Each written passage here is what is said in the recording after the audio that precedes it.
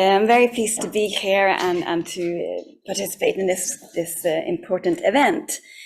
If you could please switch to the first slide. I want to start with showing you these pictures because they're a very telling illustration on how violent conflict impact food security. These pictures are from South Sudan, from one of the areas that are most affected by violent conflict, climate change, and as a result, also record some of the highest levels of food insecurity in the country.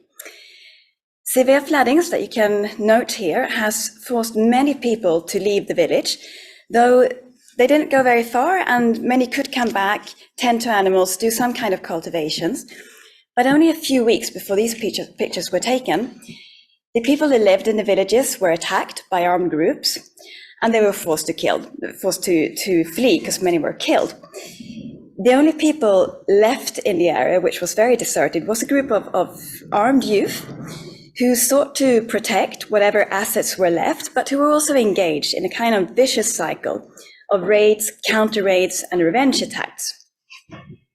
These attacks, they happened in January this year, less than a month before Russia invaded Ukraine, and the impact of violent conflict and global food security became a widely discussed topic. And this brings me to the first point I want to make in this presentation, which is that despite that we know the relationship between violent conflict and food security is fairly well known, and there's a significant body of research that unpacks these connections in a rigorous and systematic way, the relationship still is not sufficiently recognized and acted upon, and the trends still go in the wrong direction.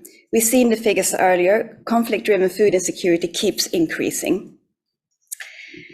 You can take the next. A few points just to illustrate this claim. And here I'm just listing the different kind of pathways through which violent conflict can impact on food security and vice versa. I won't read them through, but it's just for background. But just go back, a few points to support the claims that I was saying that we're not sort of taking this relationship seriously. We can look, for example, at the UN Food System Summit that happens last year around this time, which was a really important summit. It set the stage for global food system transformation to achieve the SDGs by 2030 and to address the global challenges threatening food systems such as climate change, poverty, and inequality. Yet, conflict and peace were not among the main items on the summit's agenda. And of the 25 working groups, which where most of the work actually happened leading up to the summit, only one was actually really sort of discussing the relationship between violent conflict and food security. And again, all this happened only a few months before the food supply and food security crisis triggered by the war in Ukraine. And just to briefly mention sort of another illustration of this is that if we look at some of the main policies that seek to address food security in Africa, they recognize climate change, COVID, cost of living, and many other important drivers, but they barely mention conflict at all. And this despite Africa being one of the worst affected continents in terms of both food insecurity and conflict. So we need to ask ourselves, why is this? One reason, I believe, which brings me to my second point, is that we do know a fair bit around the general pathways through which conflict leads to increased food insecurity and how situations of heightened food insecurity can trigger conflict. There is a gap in knowledge and evidence how these pathways play out in different contexts and how to translate contextual evidence, such as findings that comes out from these localized areas in South Sudan, which I showed the pictures of, into broader policy and action. Okay, slide, please. If we look at food production, this is one of the main parts of food systems most affected by conflict, simply because farmlands and surrounding rural areas are often conflict epicenters. Armed actors, they frequently attack and destroy the means of production, confiscate land, displace and injure or kill farm workers and other laborers at the center of production. They might control production, including forcing farmers to cultivate illegal crops instead of food crops, and all this leads to reduced food production and increased food insecurity. Violent conflict also negatively affects the distribution and marketing of food, so we have elevated transport risks, and the related distribution delays can lead to supply reduction, which we've seen now very clearly with the war in Ukraine. Significant risk associated with transporting goods through or to conflict-affected territories include armed checkpoints, war taxes, and violent attacks. But the precise impact of such action on food security can be quite hard to ascertain, and this because of the many complexities and the contextual nature of the pathways. So when I talk about complexity, what I mean here could be, for example, the time lag, so the time between from when an event happened and the impact is felt, and also where that impact is felt. Impact of compounding drivers, such as climate change, COVID, cost of living crisis, but also the impact of government spending, diversion of funds. So we often see in conflict-affected countries that government spending is diverted towards the security and defense sector, often at the expense of say, social protection and other areas that are more conducive to food security. But the impact of conflict on food security will also depend on vulnerability of livelihoods, and this in turn then depends on a new variety of factors ranging from level of household resilience and the effectiveness of governments, and I could go on. So all this makes it really hard just to attribute the precise impact of conflict on food insecurity in any given context. I want to draw from a couple of examples from our recent research at SIPRI on how these pathways play out differently across different conflict settings. If we go back to we're missing one picture there, but we go back to the pictures from Sudan, South Sudan. As is clearly evident, farmland has been destroyed, cultivation stopped, and people has fled the area. As displaced, people's food insecurity is even more threatened. As I mentioned, this happened right before the war in Ukraine, and already at that time, the main humanitarian organizations that were supporting the IDP population and other severely food insecure people in South Sudan, they were having to reduce their beneficiary numbers, the rations that they could give to every household, the frequency of aid programs, because of insufficient fundings.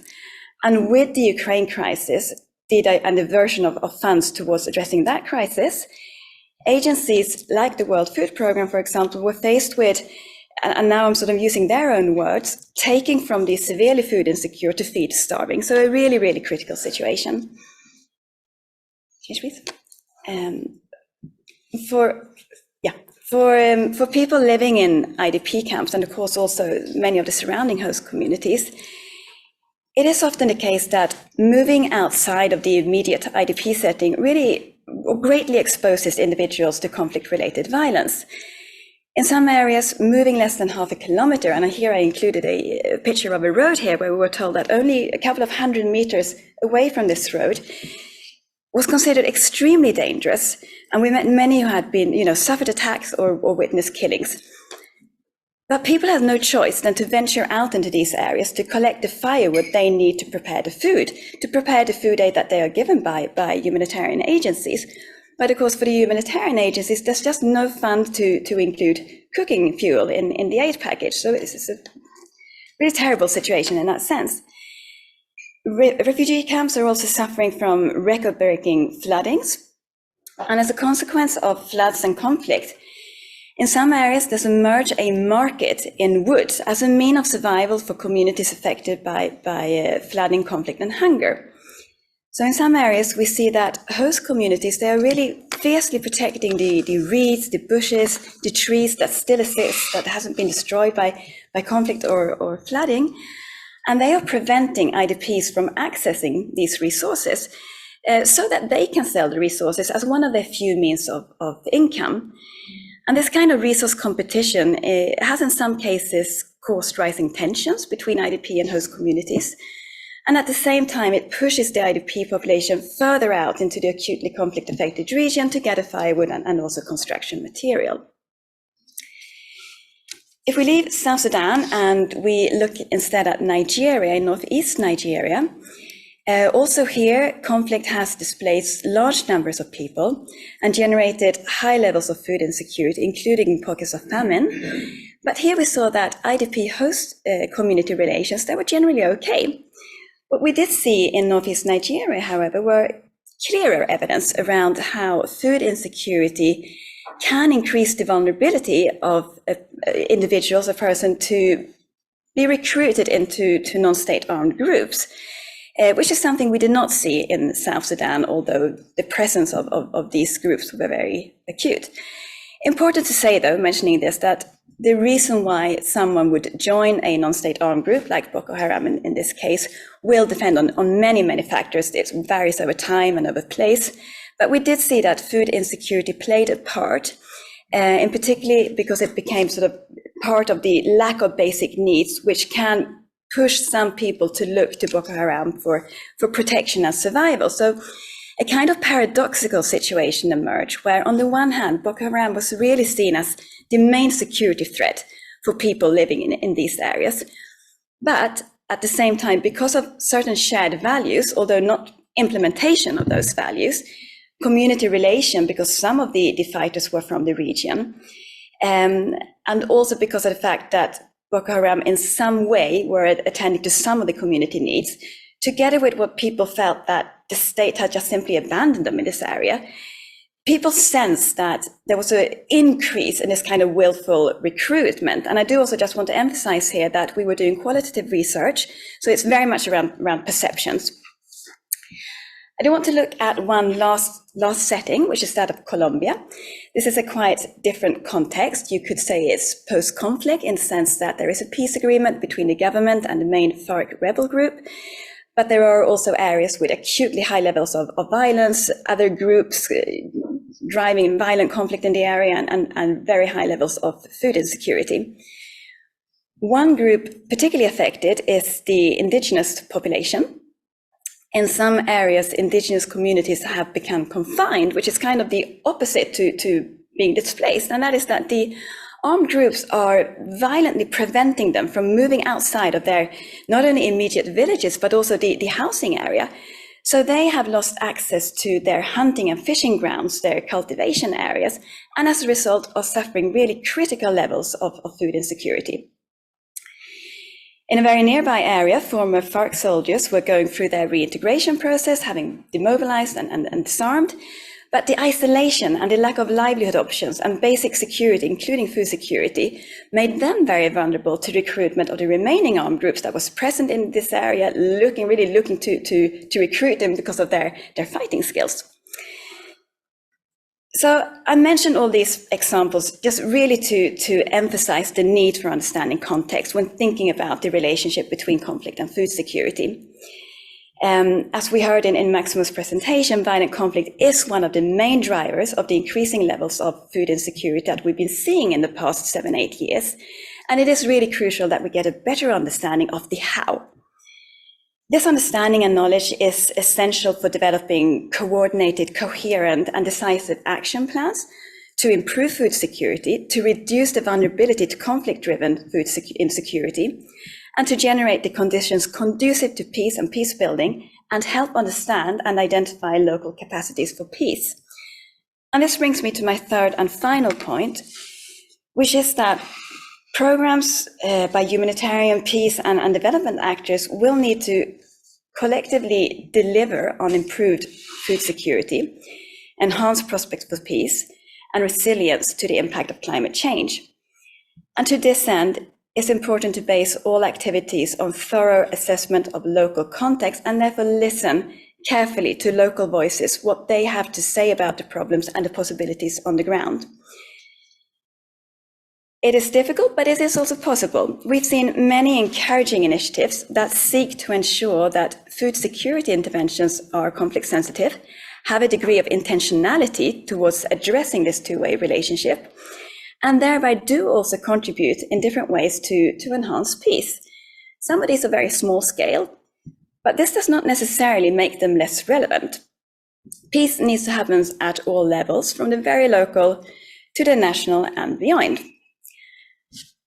I won't stop there. I'll end with reiterating my 3 main points, which is 1, the dual relationship between food security and violent conflict is not sufficiently recognized and acted upon.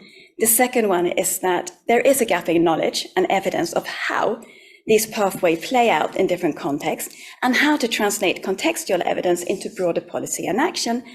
And third, the need to collectively deliver on improved food security, enhance prospects for peace and resilience to the impact of climate change, ensuring local voices are heard and local capacities for peace identified. Thank you.